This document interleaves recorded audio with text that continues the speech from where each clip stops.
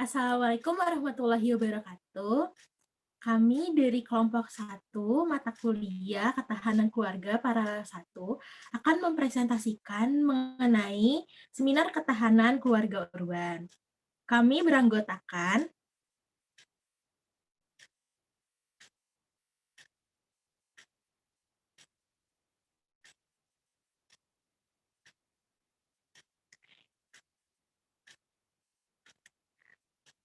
yang pertama yaitu saya sendiri Berliana Ayuning Tias, lalu ada rekan saya Dimas Putra Pamungkas, ada rekan saya yang kedua yaitu Siti Nurlaili, lalu ada Dila Fauzia Effendi, dan ada Lutfi Ananda Putri untuk mempresentasikan materi mengenai seminar ketahanan keluarga urban ini. Sedangkan 5 rekan saya yang lain yaitu Muhammad Alfa, Rio Pratama, Muhammad Syahrul Imami, Kelvin Dapa Pradana, dan Sekar Mumpuni mempresentasikan di bagian mind mapping. Pada slide pertama, yaitu latar belakang, dijelaskan bahwa kehidupan berbangsa dan bermasyarakat terdapat lapisan-lapisan atau unit, mulai dari satu kesatuan negara, provinsi, kota atau kabupaten, hingga masyarakat desa. Dan di dalam masyarakat tersebut terdapat lapisan unit terkecil, yaitu keluarga. Keluarga itu adalah unit terkecil yang bisa mengalami perubahan-perubahan tertentu, baik ke arah positif yang diharapkan maupun negatif yang tidak diharapkan. Yang kedua yaitu perubahan tersebut memiliki dampak yang besar terhadap pengaruh perubahan keluarga. Jika didasari perubahan positif, maka akan berdampak baik bagi kemajuan keluarga dan masyarakat. Sedangkan jika yang terjadi adalah dampak negatif, maka menimbulkan permasalahan. Lalu yang ketiga yaitu guna menanggulangi permasalahan dan menghadapi permasalahan, diperlukan ketahanan dalam menghadapi perubahan yang terjadi agar keluarga mampu berkembang dan memiliki sumber daya manusia yang jauh lebih kuat dari sisi ekonomi, pola perilaku, dan pola pikir, agar mendapatkan tujuan pada akhir yaitu kesejahteraan keluarga. Selanjutnya, menurut Sunarti, pada tahun 2001, ketahanan keluarga adalah kemampuan keluarga untuk mengelola sumber daya masalah yang dihadapi keluarga agar keluarga sejahtera, yaitu terpenuhinya kebutuhan seluruh anggota keluarga. Sedangkan menurut Sunarti dalam modul ketahanan keluarga bagi Motekar tahun 2004, dijelaskan bahwa keluarga perlu adanya pemberdayaan yang tidak mampu menanggulangi permasalahan dalam keluarga itu sendiri. Pemberdayaan keluarga merupakan upaya yang dilakukan sebagai pihak untuk membuat keluarga lebih berdaya dan berkualitas melalui kemampuan yang dimilikinya. Lalu selanjutnya, adanya pengaturan mengenai perkawinan seperti KHI dan UU tahun 1974 nomor 1 dijelaskan bahwa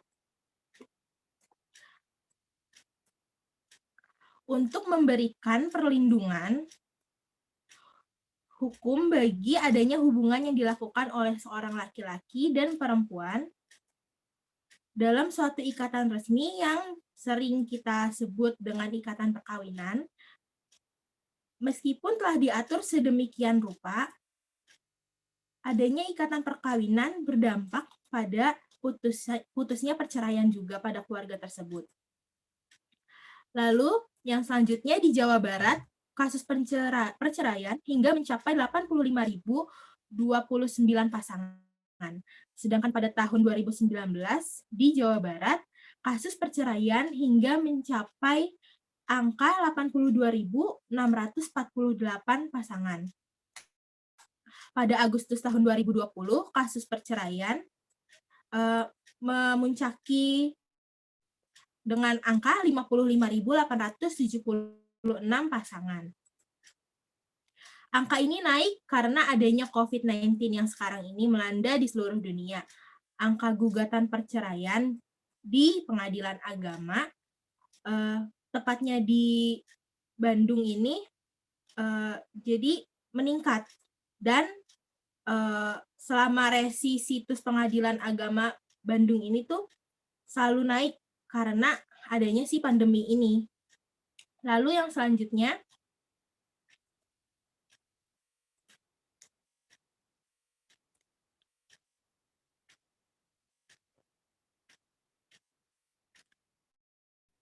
berdasarkan dari latar belakang tersebut, tujuan diadakannya kegiatan ini itu yang pertama untuk menurunkan kasus tingkat perceraian yang ada di Jawa Barat. Lalu yang kedua untuk memberikan bekal pemahaman tentang kehidupan setelah menikah. Jadi, setelah tadi kan kasus perceraian di Jawa Barat ini kan meningkat terus ya setiap tahunnya, apalagi pas ada pandemi COVID-19 ini, jadi meningkatnya tuh drastis banget. Nah, eee, di sini tujuannya kami untuk mengadakan si seminar ini tuh, untuk menurunkan kasus tingkat perceraian yang ada tersebut, yang mungkin tadinya, karena hal-hal yang mencetus akhir terjadi perceraian karena, kita memberikan bekal pemahaman, jadinya, mereka bisa untuk lebih tenang ketika menghadapi permasalahan di dalam keluarga dan akhirnya, tidak memutuskan langkah akhir yaitu perceraian. Lalu, manfaat diadakannya kegiatan ini yaitu, yang pertama yang tadi itu, menurunkan kasus tingkat perceraian dan yang kedua memberikan bekal pemahaman. Karena menikah itu kan bukan sesuatu yang, gampang, yang mudah untuk, semua orang gitu. Jadi di sini sangat diperlukan adanya bekal pemahaman tentang menikah ketika nanti kita sudah menikah akan seperti apa, dan bagaimana cara untuk menangani permasalahan-permasalahan yang ada di dalam keluarga tersebut. Jadi nggak langsung ambil keputusan untuk bercerai, untuk berpisah, dan meningkatnya angka perceraian yang ada, gitu. Angka perceraian ini kan tinggi, jadi, balik lagi diharapkan dengan adanya acara ini, para keluarga baik yang baru mau menikah ataupun yang baru saja menikah, bisa memiliki, pemahaman-pemahaman tentang, pernikahan itu yang seperti apa. Lalu slide selanjutnya akan dibacakan oleh rekan saya.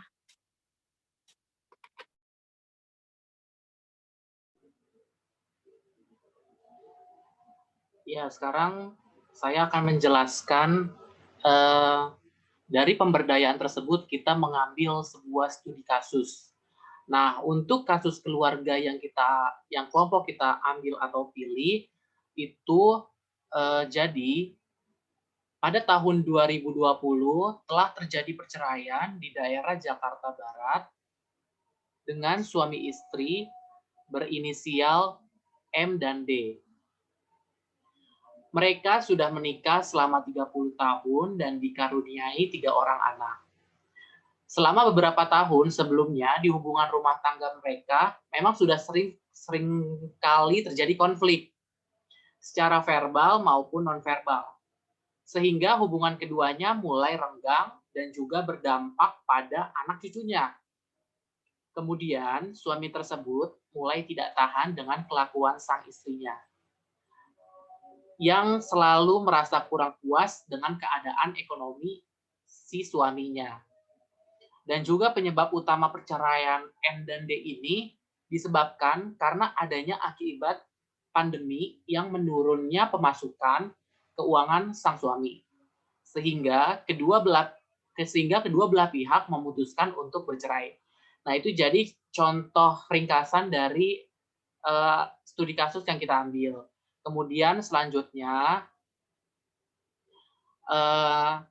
maraknya kasus perceraian di Jakarta Barat yang cenderung meningkat dari tahun ke tahun, tidak sebagian besar akibat dari pernikahan dini yang kerap kali dilakukan masyarakat setempat. Dua faktor utama sebagai pemicu langsung banyaknya kasus perceraian, selain pernikahan di usia muda, yaitu faktor ekonomi dan faktor sosial budaya atau tradisi yang hidup berkembang di lingkungan masyarakat Jakarta Barat.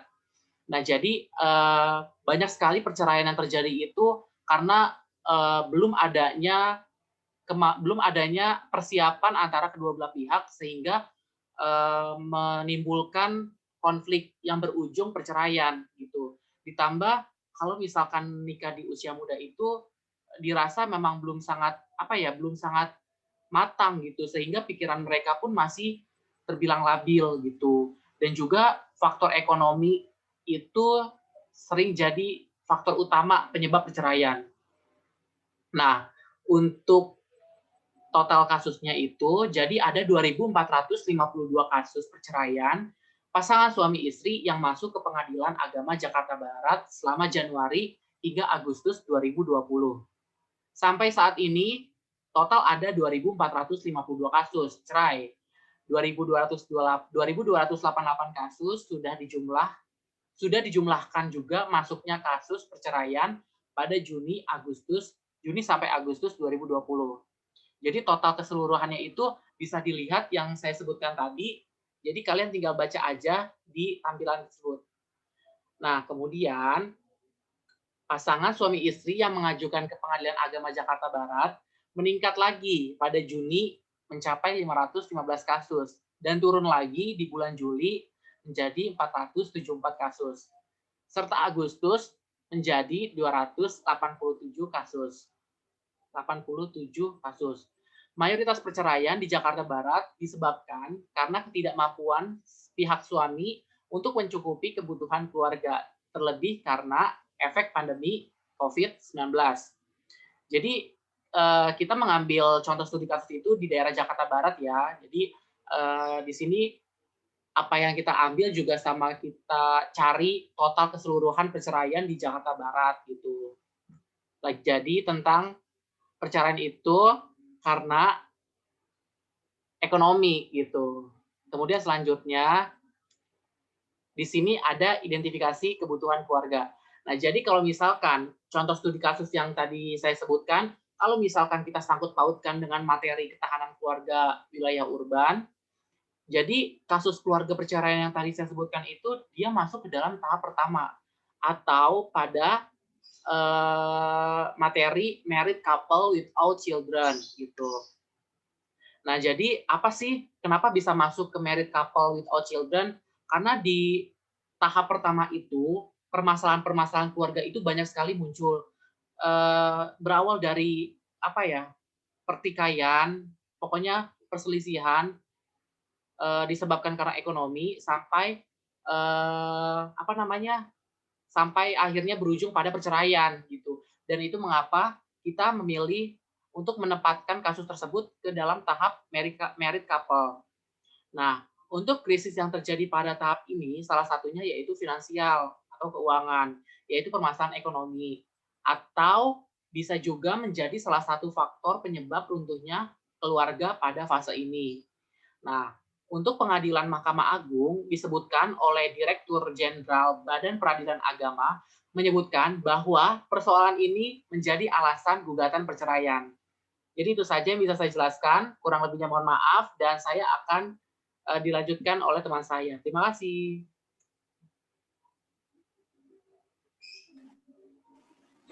Baik, selanjutnya itu penetapan program pemberdayaan. Nah, berdasarkan kasus di atas, kami dapat menarik kesimpulan bahwa perceraian di atas terjadi karena faktor ekonomi. Faktor ekonomi adalah faktor yang paling utama munculnya perceraian, sehingga kami ingin memberikan program untuk mengurangi tingkatnya perceraian yang terjadi. Nah, jadi di sini ada dua faktor. Yang pertama itu konseling keluarga yang mengalami perceraian di dalam keluarga. Dan yang kedua yaitu seminar pencegahan untuk mengurangi tingkat perceraian. Selanjutnya, Dim.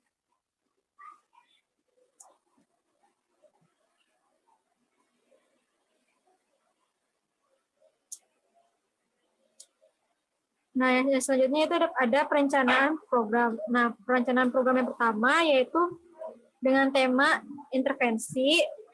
Judulnya itu family counseling dan waktu tentatif, tempatnya ruangan gedung Unisma, dan konselornya itu Dimas Putra Pamungkas. Nah, sedangkan perencanaan program kedua yaitu dengan tema seminar, dengan judul Seminar Ketahanan Keluarga Urban.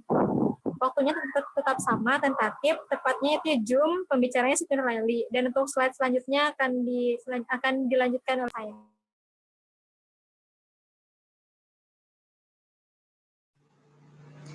Baik, saya Dila Fauzia. Di sini ada rundown dalam program ini. Yang pertama ada kegiatan, yaitu pada pukul 9 pagi sampai 9.15 mulai memasuki Zoom. Peserta memasuki Zoom, penanggung jawab Dila Fauzia. Lalu pada pukul 9.15 hingga 9.30, yaitu perkenalan seluruh panitia termasuk pembicara. Peserta akan diperkenalkan dengan seluruh panitia dan pembicara oleh moderator. Penanggung jawab Kelvin Dapa. Pada pukul 9.30 hingga 10.30, kegiatannya itu materi 1, ketahanan keluarga urban. Peserta akan diberikan education tentang ketahanan keluarga urban. Penanggung jawab oleh Syahlul Imami. Pada pukul 10.30 hingga 11.30, kegiatannya yaitu materi kedua, Montekar Keuangan Keluarga. Peserta akan diberikan education tentang Montekar Keuangan Keluarga. Penanggung jawab oleh Syahlul Imami. Lalu pada pukul 11.30 hingga pukul 12, yaitu penutupan dan doa. Penanggung jawab oleh Dila Fauzia. Next. Lalu pada tabel kedua ada anggaran dana. Ada dana pribadi sebesar 1 juta rupiah, lalu ada dana sponsor sebesar 1 juta rupiah. Jadi total 2 juta rupiah. Pada tabel ketiga ada uraian pengeluaran kegiatan. Ada biaya panitia sebesar Rp500.000, biaya pembicara sebesar Rp500.000, lalu ada biaya Zoom sebesar Rp500.000, dan ada biaya sertifikat sebesar Rp500.000. Jadi total keseluruhan dana ini adalah 2 juta rupiah. Terima kasih. Selanjutnya dilanjutkan oleh rekan saya. Baik, di sini saya akan menjelaskan slide mengenai penetapan lingkungan perencanaan. Target pada seminar ini dilakukan di lingkup keluarga yang sudah menikah dan yang ingin menikah. Perceraian bisa terjadi karena faktor ekonomi. Faktor ekonomi ini adalah faktor yang paling utama munculnya perceraian keluarga yang sudah menikah. Untuk yang akan menikah, sebaiknya sebelum menikah melakukan konseling keluarga yang bertujuan untuk pencegahan mengurangi peningkatan perceraian yang sudah terjadi. Maka dari itu, kelompok kami ingin memberikan program untuk mengurangi tingkat perceraian yang terjadi pada saat ini. Yang pertama yaitu konseling keluarga yang mengenai perceraian di dalam keluarga. Yang kedua, seminar pencegahan untuk mengurangi tingkat perceraian. Slide selanjutnya, Dim. Di sini terdapat manfaat diadakannya program. Target utama dari acara ini yaitu keluarga yang baru menikah atau bahkan pasangan yang akan menikah, yang bertujuan untuk memahami faktor komunikasi, kematangan emosi, kurang saling memahami, serta kesiapan finansial sebelum menikah. Biasanya, kesiapan finansial akan menjadi suatu masalah besar yang berimbas adanya perceraian pada suatu rumah tangga. Dengan adanya pandemi COVID-19 pada saat ini menambah populasi perceraian pada keluarga. Dengan dalih yaitu faktor finansial yang menurun, menjadi salah satu faktor utama perceraian itu terjadi. Maka dari itu, manfaat dari diadakannya program ini ialah yang pertama, memberikan bekal pemahaman tentang bagaimana kehidupan pasca menikah agar pasangan dapat meminimalisir potensi konflik yang terjadi, sehingga menjadi keluarga yang harmonis dan dapat mengurangi potensi perceraian yang terjadi.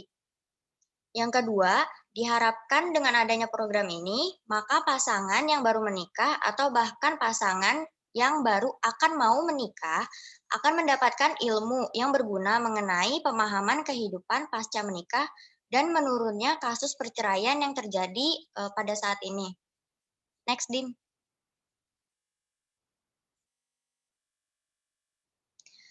Lalu di sini slide terakhir terdapat kesimpulan dan saran.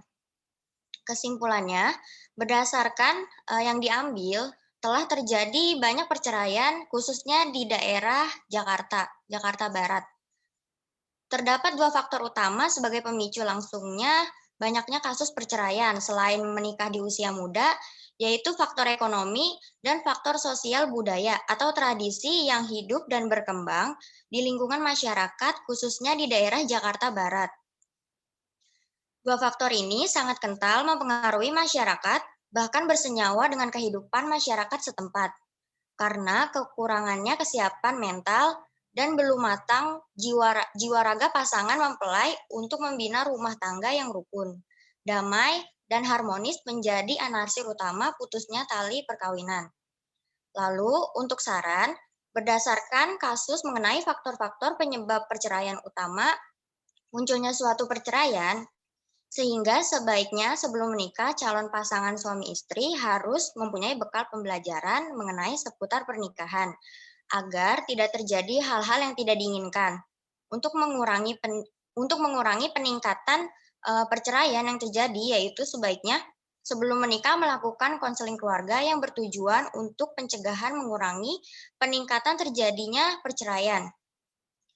Manfaat dari diadakannya program ini ialah memberikan bekal pemahaman tentang bagaimana kehidupan pasca menikah agar pasangan dapat meminimalisir potensi konflik yang terjadi sehingga menjadi keluarga yang harmonis dan dapat mengurangi potensi perceraian yang terjadi. Baik, sekian presentasi dari kelompok kami. Kurang lebihnya mohon maaf. Assalamualaikum warahmatullahi wabarakatuh. Waalaikumsalam warahmatullahi wabarakatuh.